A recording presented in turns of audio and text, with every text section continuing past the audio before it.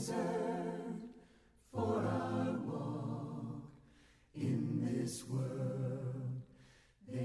Good morning. I know that many of you love asparagus. Really? Do I really know that?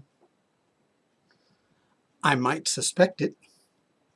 I might not understand it, which I really would not understand, but I'm pretty sure that there are asparagus lovers. I'm pretty sure that there's quite a few of them around. But how do I really know that? How could I know that? How can I really know anything for sure? That's what we're going to really be talking about today. In the case of asparagus, I guess the only way that I could really know that many of you really love that stringy vegetable is if I ask everyone who is listening to this message, do you love asparagus? I might find out that all of you do. Or I might find out that it's something of a 50-50 split between those who love asparagus and those who don't. Or, here's an interesting thing, maybe I'd find out that really nobody does, and that the only reason that it ever gets served at a meal is because someone has assumed that others love it. Maybe it's really just a big sham and nobody really likes it at all. Well, how can we know? This message today is not about asparagus. It's about knowing.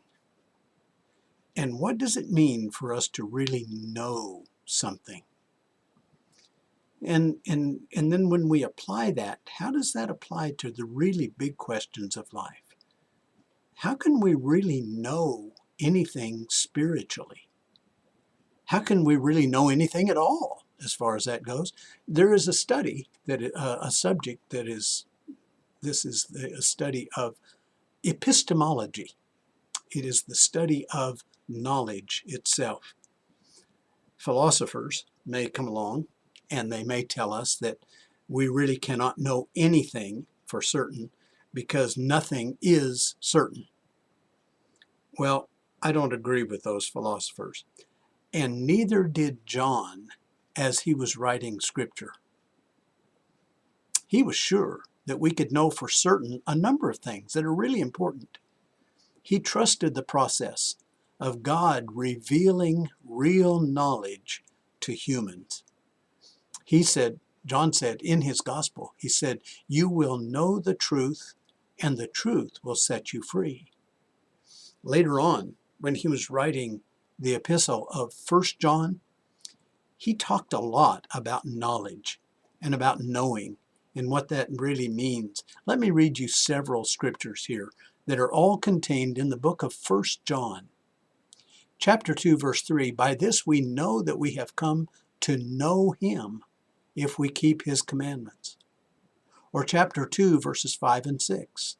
But whoever keeps his word, in him the love of God has been truly perfected. By this we know that we are in him. The one who says that he abides in him ought himself to walk in the same manner as he walked. Catch this? By this we know. In chapter 3, verses 18 and 19, little children, let us not love with word or with tongue, but in deed and truth. We will know by this that we are of the truth and will assure our heart before him. Or chapter 3, verse 24. The one who keeps his commandments and abides in him and he in him, we know by this that he abides in us by the Spirit whom he has given us. In chapter 4, verse 6, we are from God. He who knows God listens to us. He who is not from God does not listen to us. By this we know the spirit of truth and the spirit of error. In chapter 4, verse 13, by this we know that we abide in him and he in us, because he has given us of his Spirit.